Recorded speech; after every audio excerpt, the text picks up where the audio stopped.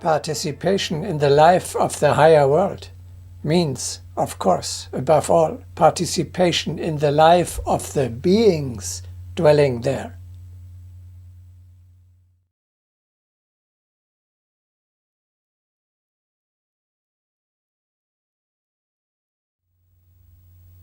When we say, around you there is a world of subtle matter, you should imagine not so much a certain place. Much more important is the subtle world that surrounds you is not empty, but inhabited.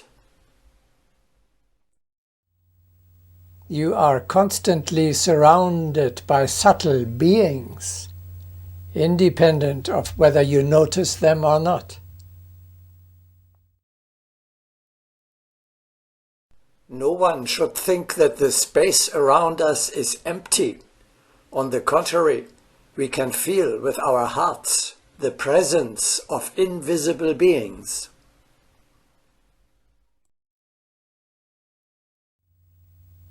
Every world, the earthly no different than the supermundane, is molded, of course, above all by the inhabitants dwelling there. Sense their closeness. Do not put aside as an illusion the clear feeling of the presence of subtle entities. Recognize their activity.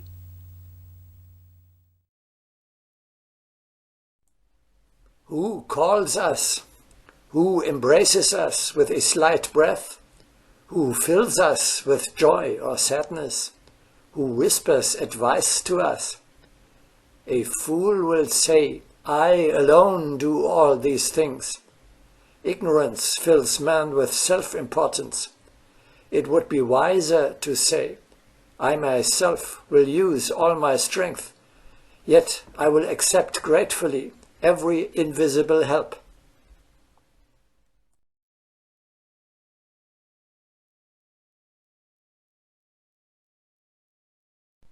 Attendances of an invisible witness in the midst of earthly gatherings are frequent. People can sense the invisible presence. Often they feel that someone questions or answers them. At times this is felt so intensely that they assume to have heard something physically audible and are prompted to ask the neighbor whether he has spoken.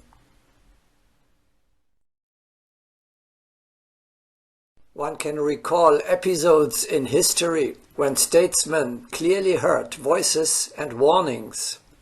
Unfortunately, most of them paid no attention to this help.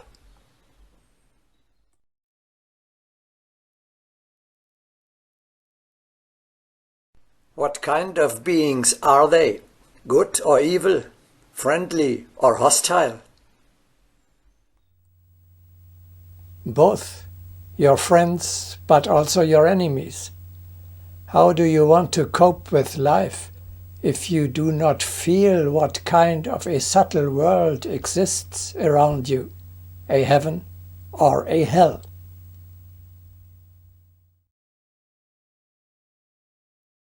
Truly, guides exist as well as tempters.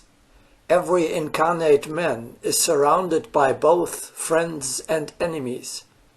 Without fail, the many cares and hatreds of former lives gather around one. When a man asks for help, he feels that there must be something real near him, and truly, he is not mistaken.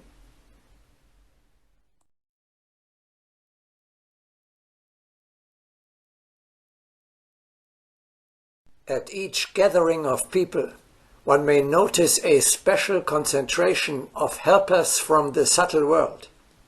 Let us hope that the thoughts of people will attract good helpers.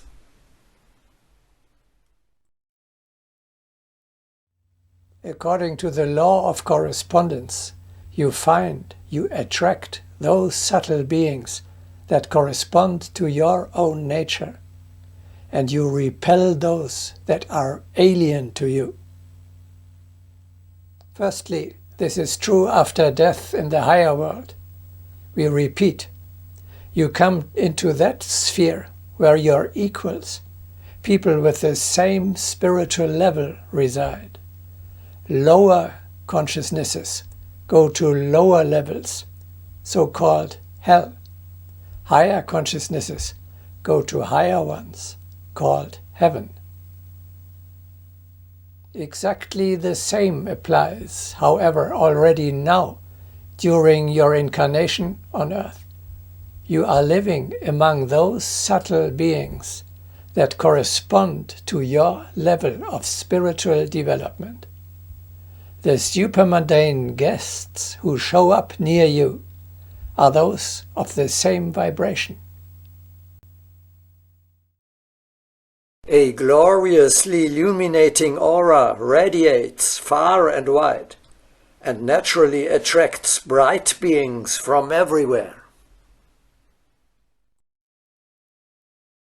A small, weak, or even evil aura attracts corresponding lower guests. If you create a beautiful hologram, a high vibrating sphere around you, if you are living in spirit at the foot of the holy mountain, then, as in heaven and in Shambhala, lower beings have no access to your world.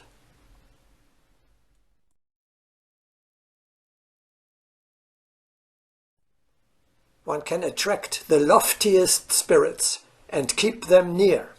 Likewise, one may end up with the lowest spirits attached. What one wishes, one receives.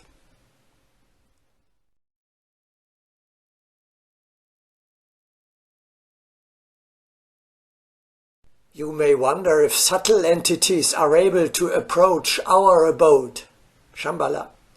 Of course they can approach, but they have no influence. Every place on earth is filled with subtle entities, and one must discern the extent to which they infringe upon earthly life.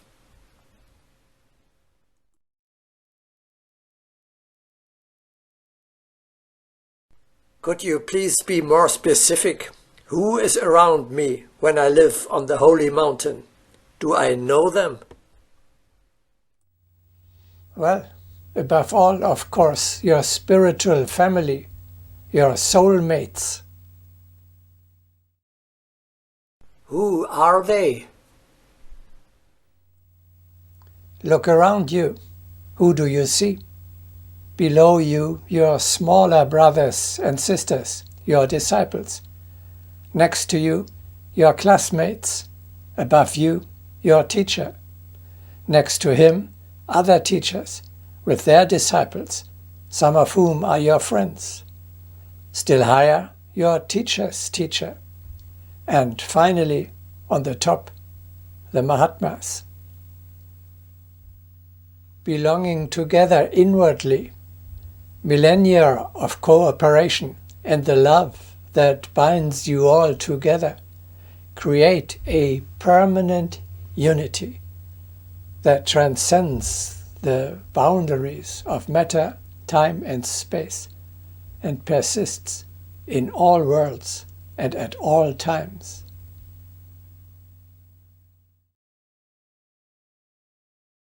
Nothing can separate souls bound by love.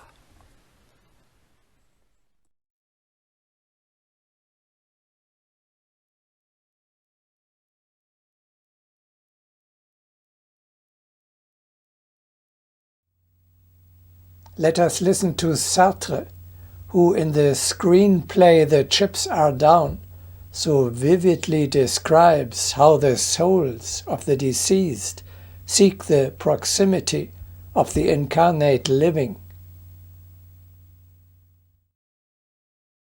They continue on their way, but are soon stopped by a group coming towards them. At the head walks a little man who looks stupid and degenerate.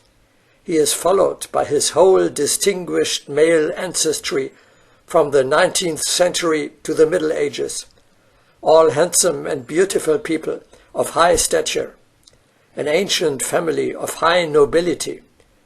They are running after their last offspring. They only wait until he is dead, in order to be able to scold him then. Just as this image aptly depicts, you should imagine your participation in the life of the higher world. Your family surrounds you.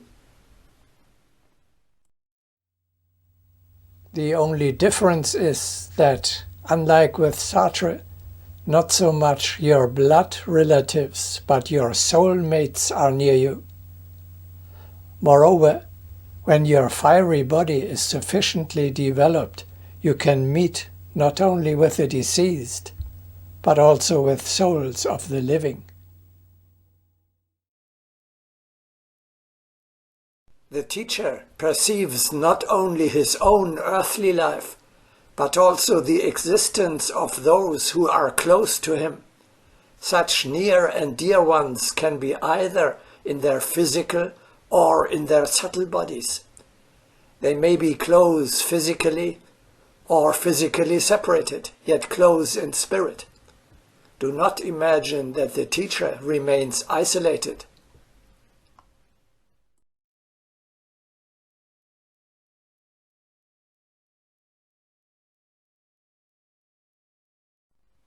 Did we not say that after death the soul must move away from the earth as soon and as far away as possible, and strive to the highest possible spheres, and that in the lower strata only lower guests are dwelling? Yes, well observed.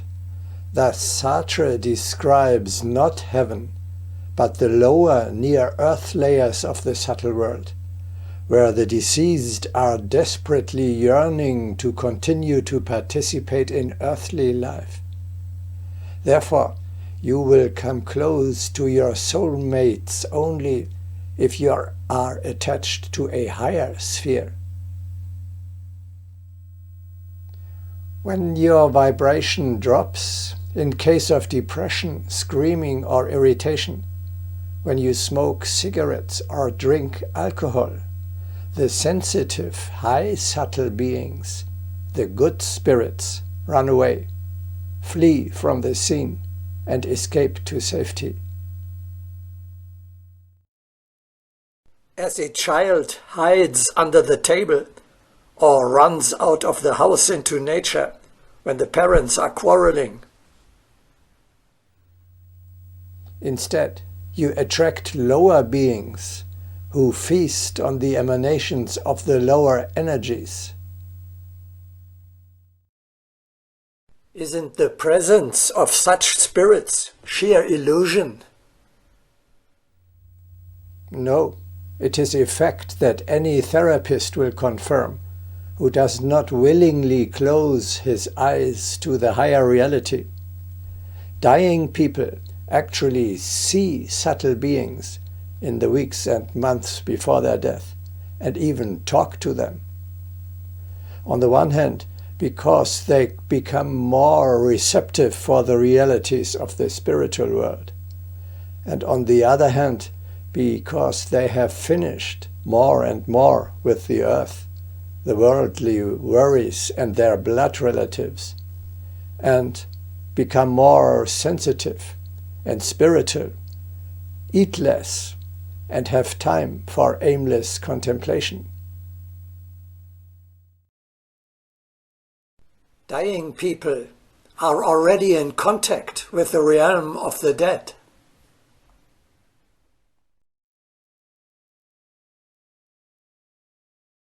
One should heed the visions experienced by seriously ill people, who often see images of individuals unknown to them, who try to ease their sufferings. Sometimes these images remind them of dear ones who have passed away.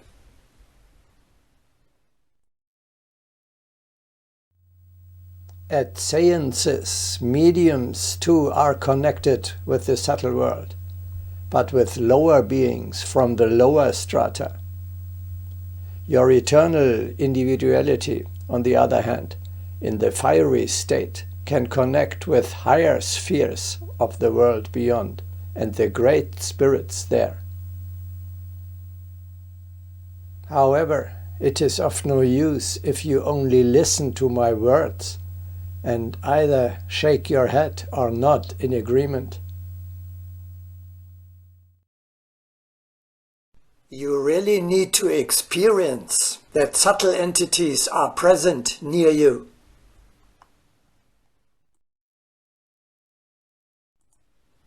How can I have such an experience? You must imperatively become more sensitive. Develop your inner senses and open your centers, chakras, so that you can perceive the invisible subtle reality.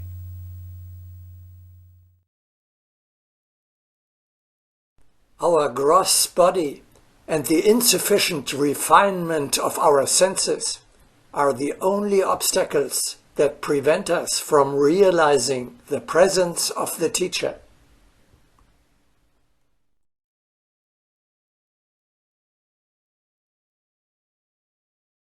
You know that he exists. You know he is near. You just do not see him, but you can sense him.